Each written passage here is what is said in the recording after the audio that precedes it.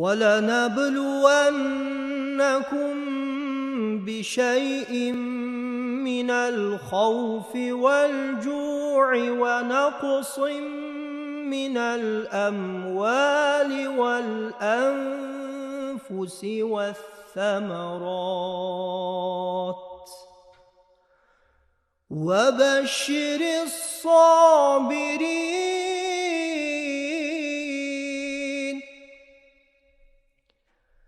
الَّذِينَ إِذَا